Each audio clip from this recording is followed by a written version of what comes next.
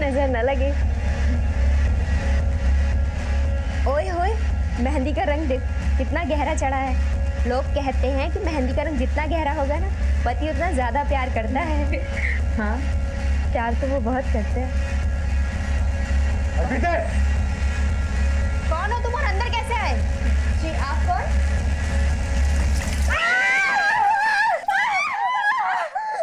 Madam, आपका काम हो गया है, सारे पैसे। अरे हाँ हाँ, तेरे पैसे मिल जाएंगे। पहले पता तो लगने दे मेरा काम पूरा हुआ है या नहीं। वो आप पता कर लेना। क्या क्या हुआ उसे? अरे पर कैसे? तो कहाँ लेकर गए, किस अस्पताल में? अच्छा अच्छा, हम आते। कमल, कमल। जी बीजी आई। छेती नीचे आ। क्या हुआ बीजी, आप परेशान क्यों लग रहे हो? अरे फोन आया है पार्लर में, अपनी हरप्रीत को कुछ हो गया है, उसे अस्पताल लेकर गए। चल कर हुआ क्या बीजी? अरे झाँक के देख।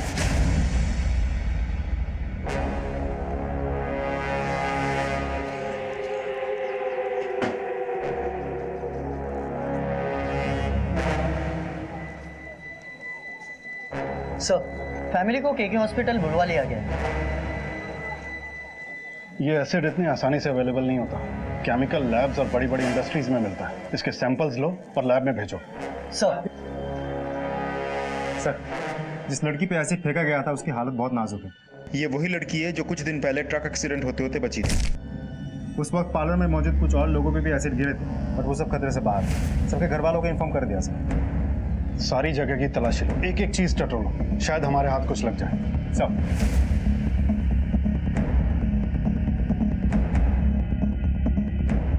सर जी, मैं दुकान खोलने जा ही रहा था कि तभी मैंने अंदर से एक चीख सुनी। मैंने लगा कोई टोक वोक लगा होगा, तभी मैंने देखा एक लड़का भागता हुआ दिखाई दिया।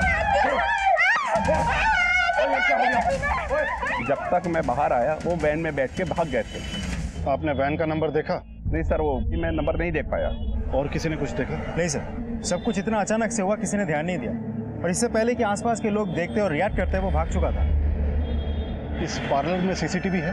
सर, इस पार्लर में तो सीसीटीवी कैमरा नहीं है, लेकिन आसपास की दुकान के फुटेजेस हम चेक कर रहे हैं, इन केस कुछ मिल जाए।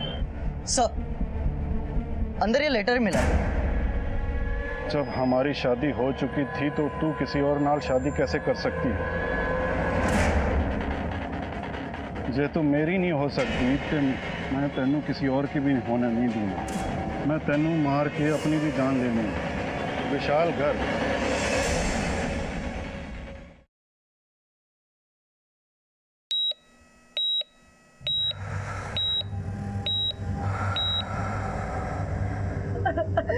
मेरी फूल सी बच्ची को किसकी नजर लग गई?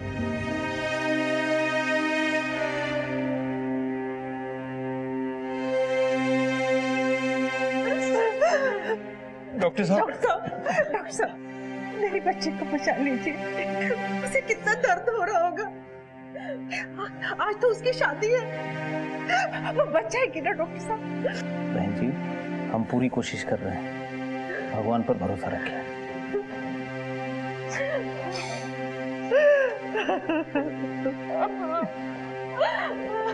तेजिंदर जी, हम इस केस की छानबीन कर रहे हैं। आपको किसी पे शक या आपकी किसी से कोई दुश्मनी या हरप्रीत की? हम बहुत सीधे साधे लोग हैं साहब, हमारी किसी से क्या दुश्मनी हो सकती है? मैं नौकरी पेशे वाला बंदा हूँ, हमारे खानदान में भी किसी से किसी की कोई दुश्मनी नहीं है। कोई लड़का या किसी से कोई चक्कर? हमारी नजर में ऐसा कोई नहीं है। क्यों कमल?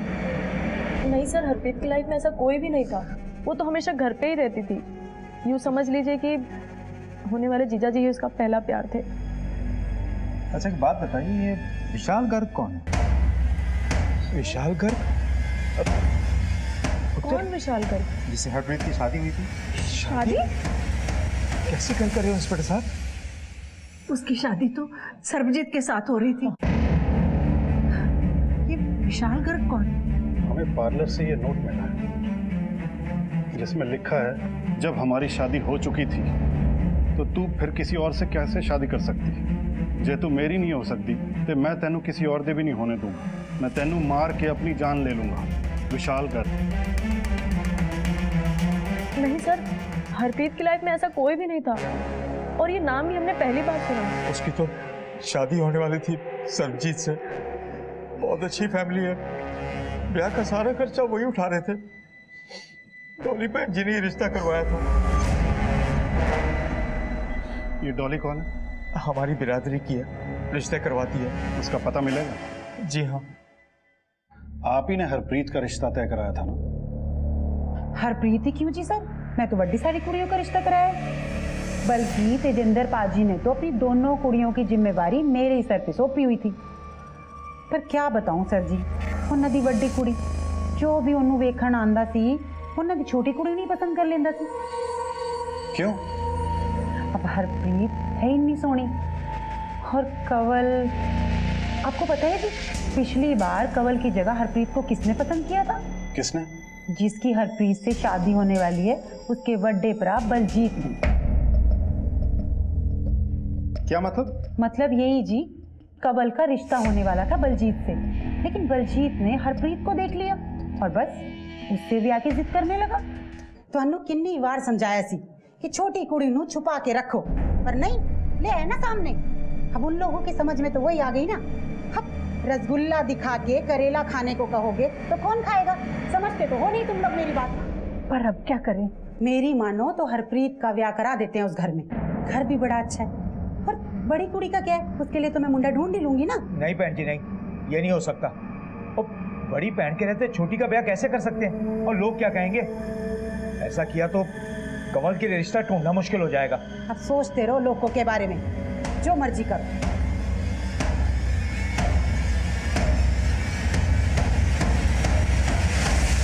तो फिर सरबजीत की शादी का रिश्ता हरप्रीत के लिए कैसे आ गया? वो तो जी मेरे को उसके प्यो का फोन आया था, बोला कि मेरे मुंडे के लिए कोई कुड़ी ढूंढ लो, तो बस मुझे हरप्रीत की याद आ गई। तो बलजीत, सरबजीत का बड़ा भाई, उसको या उसके परिवार को कोई ऑब्जेक्शन नहीं था? ना जी ना, भला ऑब्जेक्शन क्यों होगा जी? अब कंवल की शादी हो चुकी थी कहीं और बलजीत का भी ब्याह हो गया था किधर और, तो क्यों ऑब्जेक्शन होता जी? सबकी रजामंदी से ही रिश्ता हुआ था और बलजीत खुद शादी की तैयारियां कर रहा था। बलजीत अगर शादीशुदा है तो उसकी बीवी कहाँ है?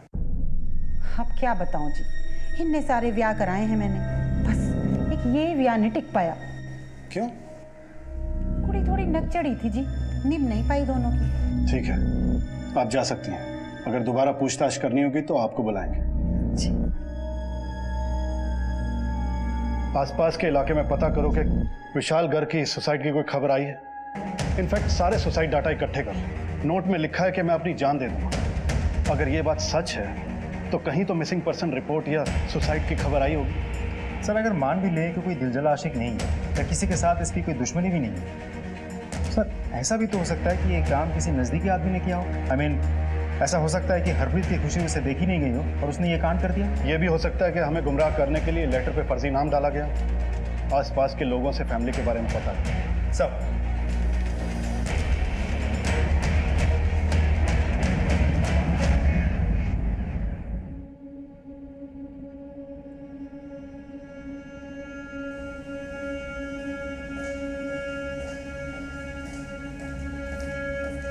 कंवल दीदी ने ਤੁਹਾਡੇ ਨਾਲ ये लेटर भेजा है। अरे छोड़ अपनी दीदी को, मुझे तो तुझसे दोस्ती करनी है, इसलिए कंवल को अपना रास्ता बनाया।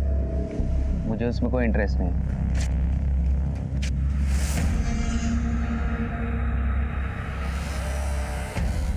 दीदी सुनो, छोड़ मुझे। दीदी मेरी गल तो सुन लो। दीदी दीदी दीदी मैं ऐसा आपके साथ क्यों करूंगी? मैंने आपका लेटर उसे दिया था। आपका लेटर देने के बाद वो अनाप शनाप चुप कर। तू कभी मेरे साथ अच्छा नहीं कर सकती। दीदी मुझे कोई बात नहीं करनी। हरप्रीत हरप्रीत हरप्रीत दीदी दीदी जल्दी आइए। हरप्रीत हरप्रीत ये बोले दीदी जल्दी आइए। क्यों गया हरप्रीत? सत श्री अकाल पाजी। ससुराल जी, बलजीत की माता जी ने पैसे दिए हैं। बाकी घर वाले कहाँ हैं? सरबजीत नहीं आया? जी वो बाहर गए हैं, आप रख लीजिए। यानी उनमें से कोई भी नहीं आया? किसी ने ये जानने की कोशिश नहीं की कि हरप्रीत जिंदा भी है या मर गई, या मरने वाली है? और ये क्या, पैसे भिजवा दे भीख में? ले जाओ, नहीं चाहिए उनकी भीख, दबाओ जाओ यहाँ से। इस केस में पारिस्थितिक प्रमाण यानी सर्कमस्टेंशियल एविडेंस की बुनियाद पर लग रहा था ये किसी दिल जले आशिक की बदले की कार्रवाई है। लेकिन मेरी गट फीलिंग ये कह रही थी कुछ दिखा के कुछ छिपाने की कोशिश की गई, हमें गुमराह करने का प्रयास किया गया था। इसलिए हमने तफ्तीश के दायरे को कभी सीमित नहीं किया, कोई भी पॉसिबिलिटी रूल आउट नहीं की। फिलहाल हरप्रीत से बयान मिलने की कोई उम्मीद नहीं थी। ऐसे में इस केस को समझने के लिए आउट ऑफ द बॉक्स वाली सोच की जरूरत थी। हमने हाथ में आई हर लीड को फॉलो किया। हरप्रीत का किसी के साथ कोई चक्कर नहीं साहब। हरप्रीत तो एक सीधी सादी और शरीफ कुड़ी है। क्या बताए साहब, हरप्रीत सुंदर है और कंवल सावली है। इसी बात को लेकर दोनों में अक्सर झगड़ा होता रहे। ओके। Hello doctor. यस। क्या रिपोर्ट है हरप्रीत की? 70% बर्न्स हैं। फिलहाल कुछ नहीं बोल सकते। आपका मतलब है हम उससे बात करना? नहीं, बात नहीं कर सकते। एसिड ने उसके वोकल कॉर्ड्स को डैमेज कर दिया है। अगर वो बच भी जाती है तो मुमकिन है कि वो बात नहीं कर पाएगी या सुन नहीं पाएगी। Oh god, it's worse than murder sir. Excuse me.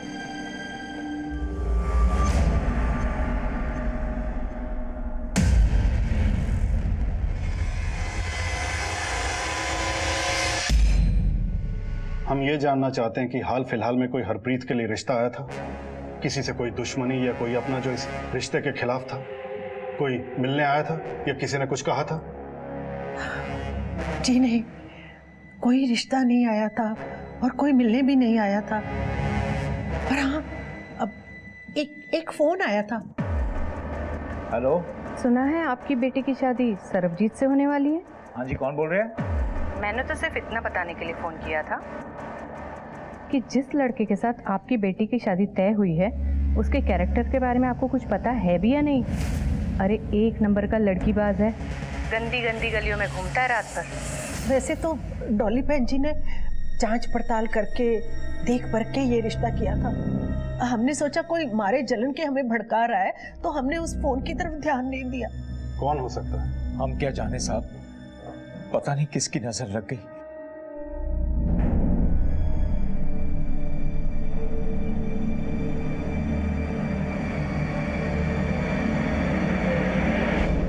Sir मुझे एक बात याद आई जो मैं बताना चाह रही हूँ आपको।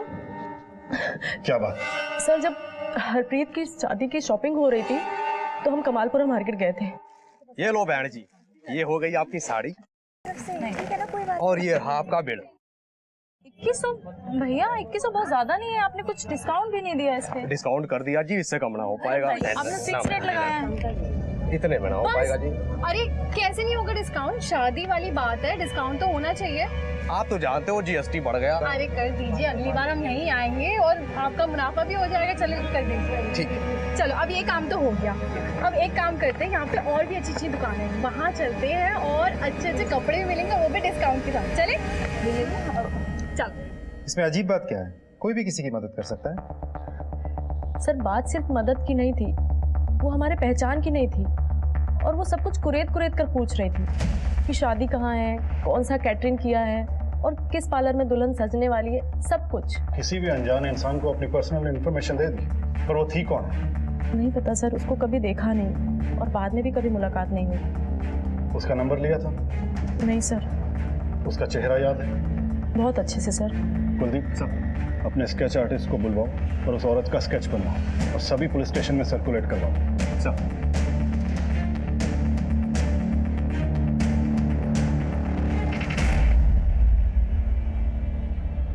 उस औरत ने इन लड़कियों से सारी अहम इंफॉर्मेशन निकाल ली। वो हमारे पहचान की नहीं थी और वो सब कुछ कुरेद कर पूछ रही थी। हमें किसी भी सिरे को नहीं छोड़ना है। देखो, अगर उस दुकानदार से कुछ पता चलता है तो एक लड़की को शादी के दिन टारगेट किया जाता है। अर्पिता जी, आप कौन? मतलब बिल्कुल साफ है कि कोई तो है जिसे ये रिश्ता कबूल नहीं है।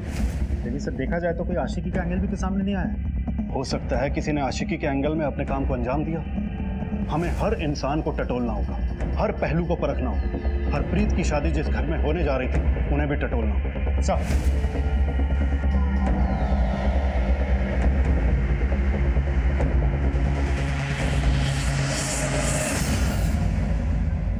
साहब है घर पे? हाँ जी सर है, आइए। लो, जिसका डर था वही हो गया। दरवाजे पे पुलिस आ गई। मैंने पहले ही कहा था कि ये परिवार मनहूस होगा।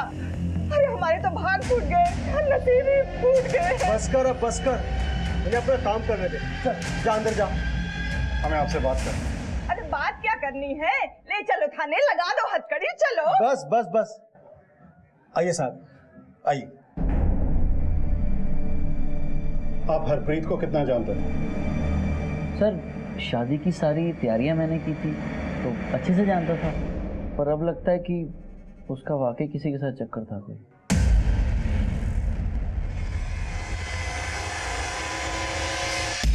क्या मतलब?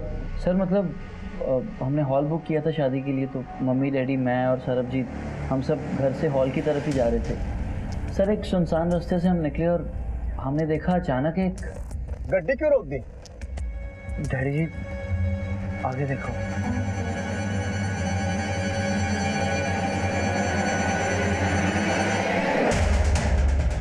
वो चल यार, जा यार गड्डी।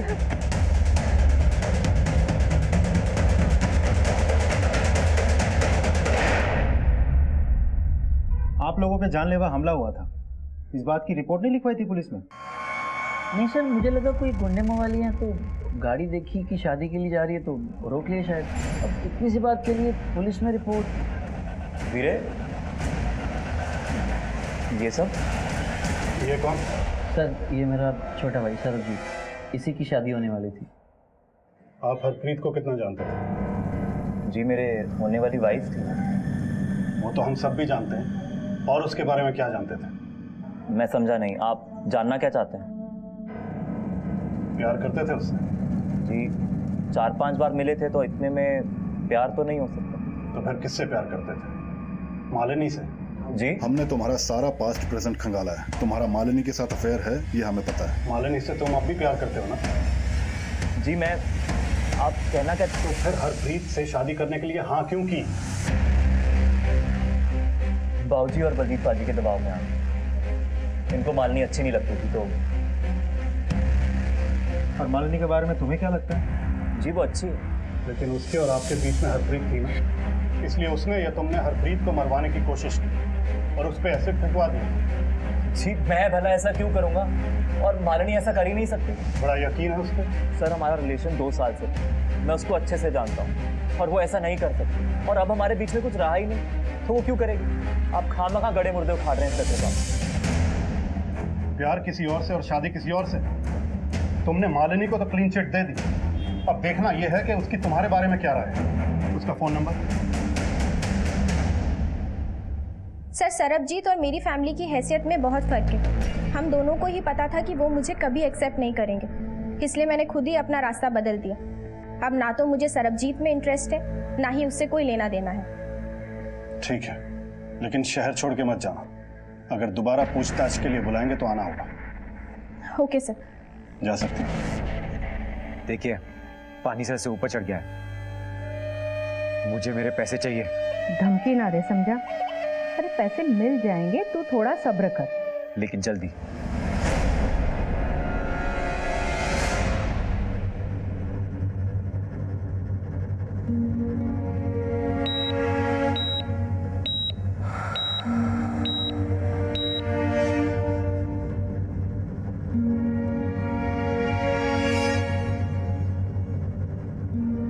हरियर सब अरेंज कीजिए। डॉक्टर साहब प्लीज।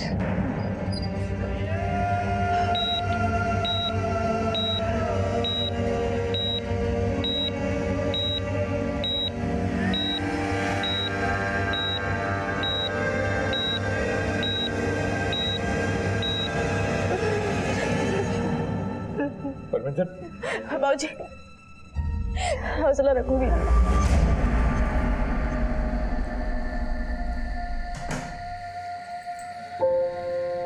बीजी, बीजी तू आ गई पुत्र? अब तो ऐसे ही सो गए। हाँ वो तेरा इंतजार करते करते आंख लग गई।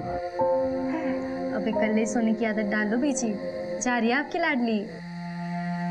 ऐसे मत बोल, फिर मैं कैसे जीऊंगी तेरे बिना? हे वाहिगुरु मेहर कर दे मेरी बच्ची पे।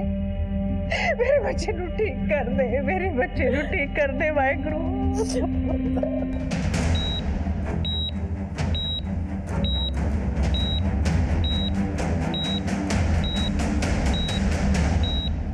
सर, स्केच को मार्केट में दिखाया, स्केच को दिखा के कई दुकानदारों से पूछताछ की, लेकिन सबने मना कर दिया। सबका कहना है कि दिन भर में इतने ग्राहक आते हैं, चेहरा किसको याद रहे। वहाँ कोई सीसीटीवी फुटेज है? नहीं सर, कोई कैमरा नहीं, कोई फुटेज नहीं। ये केस बहुत उलझता जा रहा है कुलदीप। हमारे हाथ में अब तक एक भी सिरा नहीं लगा है। हरप्रीत के साथ होने वाला एक घिनौना वाकया उसके मायके से जुड़ा है या ससुराल से, कुछ समझ में नहीं आ रहा। सर, ये तो दोनों घरों को जोड़ने वाली डॉली बॉय बता सकती है। बुलाओ उसे थाने। साहब जी, तुसी मैंने बार-बार ऐथे बुला लेंदे हो। मैं आज तक कोई भी रिश्ता गलत नहीं करवाया है। अब मैं तो पहले बलजीत और कंवल का ही रिश्ता करा रही थी, पर मैं की कर दी, वो हरप्रीत पीछे आ गई और सारा काम गड़बड़ हो गया। इतने बीच मेरी की गलती है जी? मैं तो उनकी भलाई के वास्ते उनका रिश्ता जोड़ रही थी ना। अगर भलाई के लिए जोड़ा था तो ये तबाही कौन मचा गया? देखो, तुम्हारा बहुत लोगों से मिलना जुलना है, अगर कुछ भी पता हो तो बता दो। रब दी सौजी, मैंने कुछ भी नहीं पता। हाँ, ये सच है कि मैं जलती थी हरप्रीत से, और तो और मेरे माँ बाप भी मुझसे ज़्यादा प्यार हरप्रीत को करते थे, और जिस किसी लड़के को मैं पसंद करती थी वो हरप्रीत का दीवाना हो जाता था। हर बार हरप्रीत की खूबसूरती मेरे जख्मों में नमक मल देती थी। सरबजीत के भाई बलजीत से रिश्ते की क्या कहानी है? बलजीत और मेरे रिश्ते की बात चल रही थी, लेकिन बलजीत को भी हरप्रीत पसंद आई। बाबूजी ने इस रिश्ते के लिए मना कर दिया, फिर उसने कहीं और शादी कर ली और मेरी भी शादी हो गई। और जब सरबजीत के लिए हरप्रीत का रिश्ता दोबारा आया तो तुम सहन नहीं कर पाई और अपने अंदर पनप रही सारी नफरत को एक ही बार में उछाल दिया। क्यों? नहीं सर, मैंने ऐसा कुछ भी नहीं किया। मैं उस वक्त बहुत गुस्से में थी। बाद में मैंने हरप्रीत से माफ़ी भी मांगी और उसने मुझे माफ़ भी कर दिया था सर। और आप मुझ पे शक करें कि मैंने अपनी बहन के साथ ये सब किया? वैसे कुड़ी बुरी नहीं है जी, वो ठंडी कुड़ी है, पर क्या है ना कि उसकी शादी जरा गरीब घर में हुई थी, सुंदर भी नहीं थी देखने में, और हरप्रीत का ब्याह बड़े घर में होने वाला था। दिल ही दिल में कुड़ती थी अपनी बहन से। उसको लगता था कि उसकी सारी खुशियों के आड़े उसकी बहन आ रही है, लेकिन हो सकता है कि अब शायद मन बदल गया हो। हरप्रीत के साथ कितना बड़ा हादसा हुआ इसका अंदाजा है तुम्हें? जानती हो कितनी क्रिटिकल कंडीशन है उसकी। हम किसी भी कीमत पर उस वहशी को नहीं छोड़ेंगे जिसने एक हंसती खेलती जिंदगी को बर्बाद कर दिया। ठीक है, आप जा सकती हैं।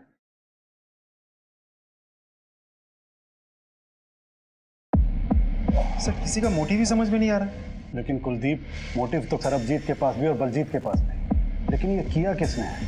इन तीनों में से किसी ने, कोई और ही है। दोनों फैमिलीज और जितने भी लोग इस केस में डायरेक्टली और इनडायरेक्टली इन्वॉल्व हैं, सबके कॉल रिकॉर्ड्स निकलवाओ। किसने किससे बात की, कितनी देर बात की, मुझे सारी डिटेल्स चाहिए और सब पे नजर रखो। सर,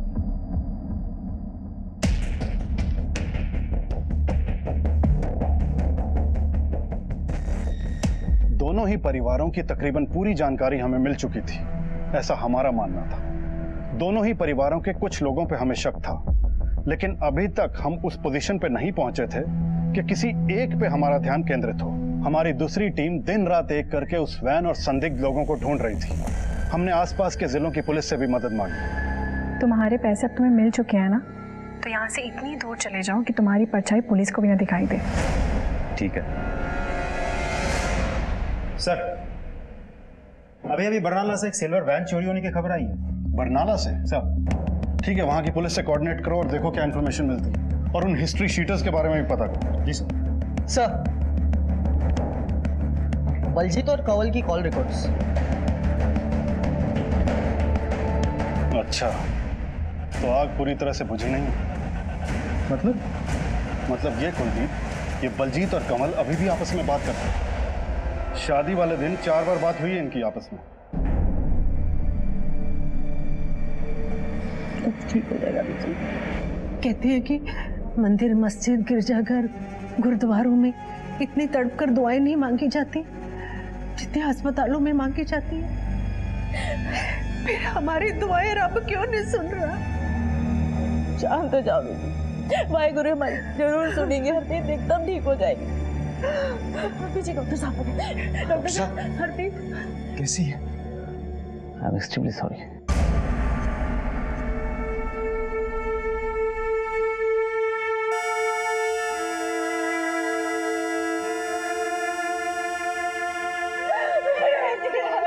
बच्ची, मुझे मेरी बच्ची के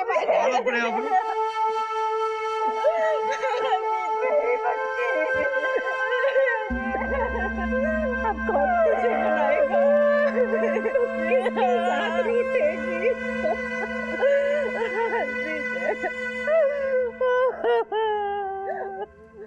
हरप्रीत मैनू माफ कर देना।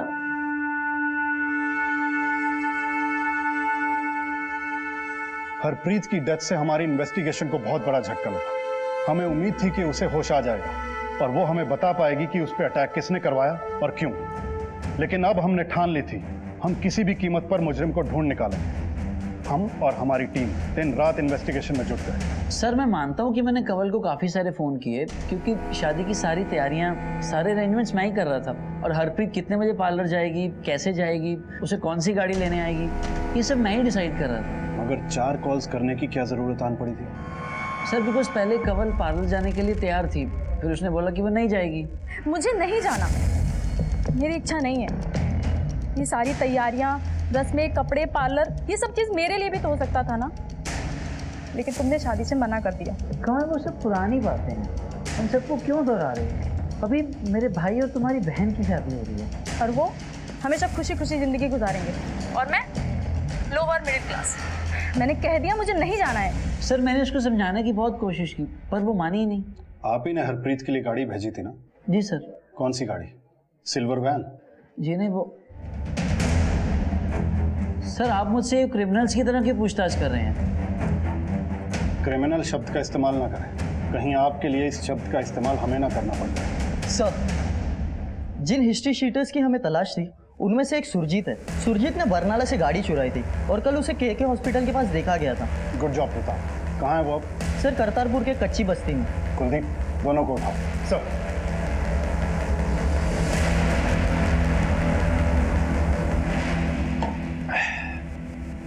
पवन, जितना जल्दी हो सके ना अपने घर से निकलना पड़ेगा। पुलिस, भाग भाग। ए, रुक। ए, रुक। ए, रुक। भाग रहा है, भाग रहा है। मैंने कुछ नहीं कहा, मत मारो सब। चल।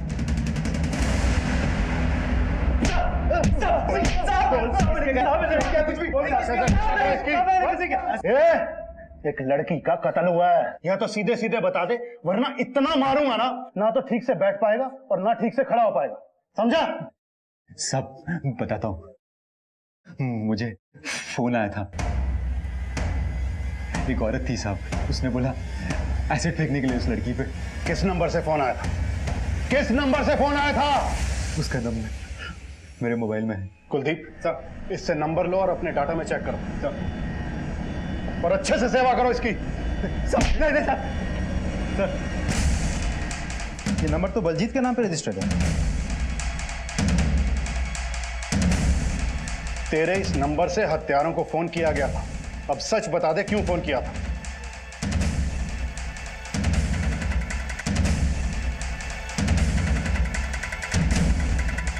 सर नंबर तो मेरे नाम पे रजिस्टर्ड है पर यूज किसी और ने किया। किसने?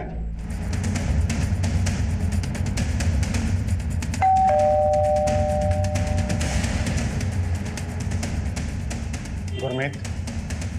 जी बोलिए। कौन है पुत्र? बेबे पुलिस।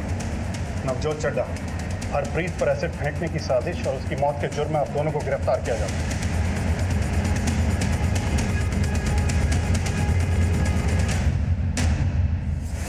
आप लोग सब कुछ बताना चाहते हो या हमें सच उगलवाना होगा?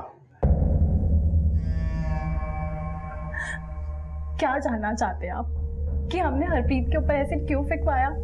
आप ये नहीं जानना चाहते कि हमारे साथ क्या क्या अन्याय हुआ? आप ये नहीं जानना चाहते कि मेरा और बलजीत का डिवोर्स क्यों हुआ? ये रोने धोने का नाटक छोड़ो और सब सच बताओ। बलजीत ने आपको सब कुछ सच बताया होगा ना, और सरबजीत ने भी आपको सब कुछ सच बताया होगा। क्या आपको किसी ने ये बताया कि मेरी शादी सरबजीत से तय हो गई थी, लेकिन उसने मना कर दिया और फिर मेरी शादी हो गई बलजीत से?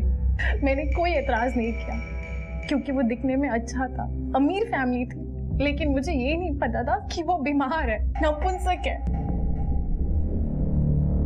और इसी वजह से मेरा अफेयर हो गया लक्की नाम के लड़के से, और मैं उसके बच्चे की माँ बन गई।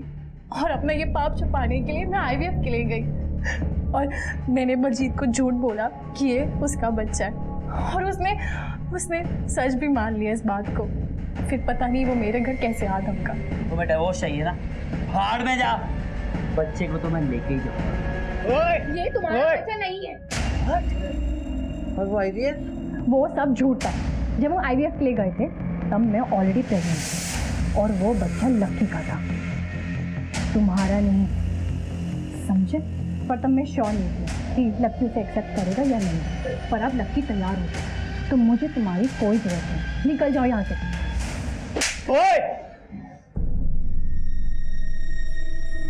और उसके बाद हमारा डिवोर्स हो गया, और फिर लक्की ने भी मुझे छोड़ दिया।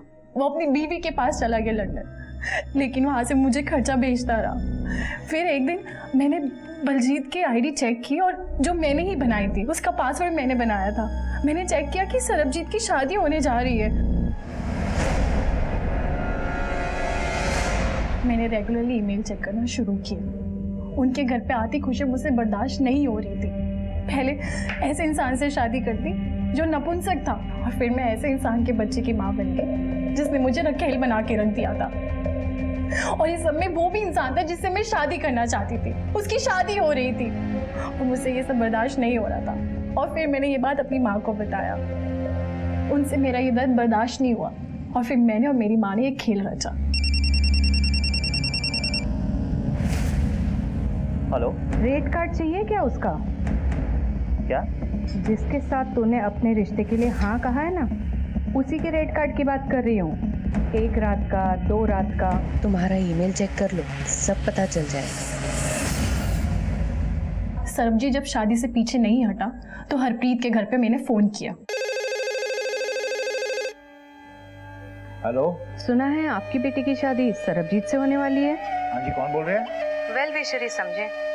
मैंने तो सिर्फ इतना बताने के लिए फोन किया था कि जिस लड़के के साथ आपकी बेटी की शादी तय हुई है, उसके कैरेक्टर के बारे में आपको कुछ पता है भी या नहीं? अरे 1 नंबर का लड़कीबाज है, गंदी गंदी गलियों में घूमता है रात भर। उन्होंने सब नजरअंदाज किया। ट्रक से कुचलवाने की कोशिश की तो दूसरी उड़ गई और ये बच गई।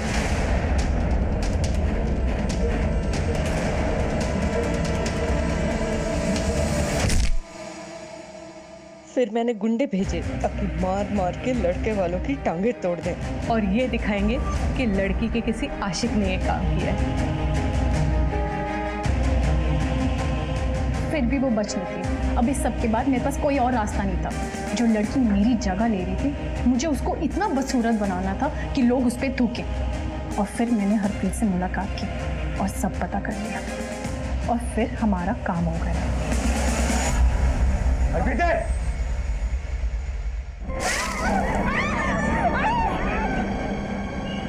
हेलो मैडम, आपका काम हो गया है, सारे पैसे। अरे हाँ हाँ, तेरे पैसे मिल जाएंगे। पहले पता तो लगने दे मेरा काम पूरा हुआ या नहीं। मेरे साथ जो नाइंसाफी हुई थी, मुझे उसका बदला लेना था, सो मैंने ले लिया। एक घटिया सोच के चक्रव्यूह में तुम लोग इतने स्वार्थी हो गए थे कि एक निर्दोष लड़की की हत्या कर दी। तुम्हारे इस जुर्म के लिए तो फांसी की सजा भी छोटी है।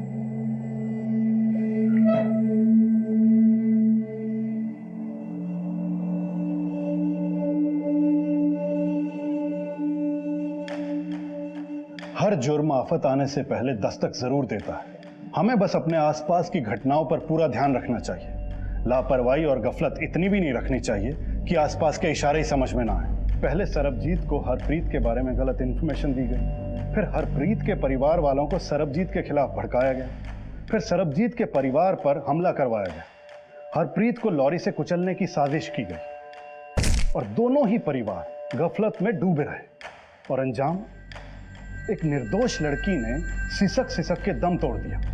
अपने ईमेल अकाउंट के एक्सेस को सरबजीत और बलजीत ने इग्नोर ना किया होता, कमल और हरप्रीत ने अनजान गुरमीत को अपनी सारी इंफॉर्मेशन ना दी होती, रिश्ता तोड़वाने वाले फोन कॉल्स को इग्नोर ना किया होता, पुलिस की मदद ली होती, तो ये जुर्म टल सकता था। आप सबसे गुजारिश है कि अगर कोई भी अजीब बात हो तो उसे इग्नोर ना करें, उसकी तह तक पहुंचने की कोशिश करें ताकि आने वाली आफत से बच सकें या वक्त रहते संभल सकें, क्योंकि दस्तक पर संभल जाने से बड़ा नुकसान टल सकता है। देखते रहिए क्राइम पेट्रोल दस्तक, मकसद बताना नहीं, बचाना है।